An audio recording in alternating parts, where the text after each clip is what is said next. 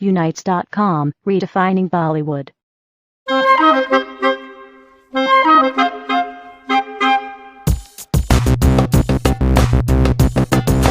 ये साहब संघर्ष की तो ऐसी बात है कि मैंने ज़िंदगी में 10 साल बहुत कड़ा संघर्ष किया। और एक वो मेरी गज़ल में एक शेर गाता हूँ, मैं पढ़ता हूँ, वो भी अमीर मीनाई साहब का ही शेर है कि सुरखरू होता है इंसान ठोकरे खाने के बाद, रंग लाती है हिना पत्थर पे पिस जाने के बाद। तो मेरी भी कुछ कहानी ऐसी ही है कि मैं बहुत पिसा हूँ। 10 साल तक मैंने कोशिश की। मेरा पहला एल्बम 10 साल की कोशिश के बाद रिकॉर्ड हुआ है, जबकि आज के दौर में आप जानते हैं कि सीडी आप आज सुबह रिकॉर्ड करो, शाम को रिलीज़ कर दो। तो मेरे ज़माने में तो ऐसा था कि रिकॉर्ड कंपनी वाले 100 बार सोचते थे कि भाई ये नए फनकार से कुछ भी रिकॉर्ड करवाना हो। तो कड़ा संघर्ष किया मैंने, और संघर्ष उस बात का भी था कि एक बिल्कुल नई दिशा में चला था मैं।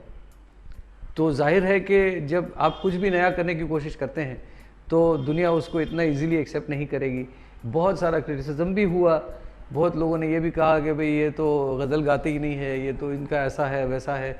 लेकिन आज भी मैं बैठा हूँ, आज भी आपके सामने हूँ। उसकी वजह यही है कि कहीं मन में एक मैंने ठान ली थी कि भाई मुझे ये करना है, और उसके पीछे मैंने पूरा क्योंकि मैं समझता हूँ कि कहीं पे भी किसी भी क्षेत्र में आपको अगर कुछ काम करना है तो सबसे ज़रूरी चीज़ होती है पैशन। जब तक आपको आपके काम के अंदर जुनून ना हो, आपका जो आपका विषय है, आपका सब्जेक्ट है, उसमें अगर आपकी पैशन शामिल ना हो तो वो काम अधूरा होता है।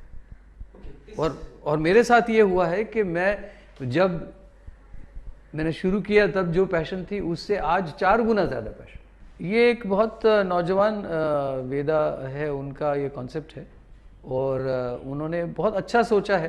क्योंकि आज के इस माहौल में जब इंसान बंद ऑडिटोरियम्स में या तो सिनेमा हॉल में कहीं तक जाता है, परेशान हो जाता है ज़हनी तौर पे, तो ऐसे माहौल में ये उन्होंने एक शाम का जो एक आयोजन किया है कि जिसमें हम आराम से बैठ के बिल्कुल खुली हवा में जो सही गज़ल का जो मज़ा है, जिस तरह से पहले सुनी जाती थी गज़ल, उसी अंदाज में आप अगर सुन सकते हैं, तो वो बहुत ही खूबसूरत कॉन्सेप्ट है।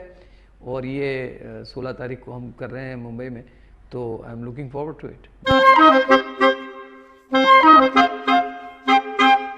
Thank you for watching. Click on the subscribe button and stay tuned.